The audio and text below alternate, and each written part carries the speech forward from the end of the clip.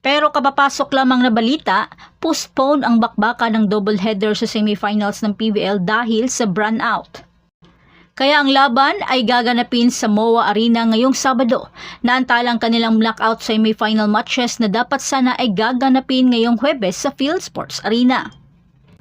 Ang dahilan ng pagkaantala ay ang brownout na dulot ng walang tigil na pag-ulan sa nagdaang mga araw na nagdulot ng pinsala sa mga poste ng kuryente na nagbibigay ng kuryente sa venue ng laban. Ang doubleheader ng Akari kontra sa PLDT at Signal kontra naman sa Creamline ay ngayon ng Sabado gaganapin August 31 sa Mall of Asia Arena. Ang parehong laban para sa bronze medals at championship ay inilipat sa Lunes, September 2 sa Smart Araneta Coliseum. Ang semis play ay magsisimula sa alas 4 ng hapon sa pagitan ng hindi pa natatalong league leader na Akari at number 4 seed na PLDT.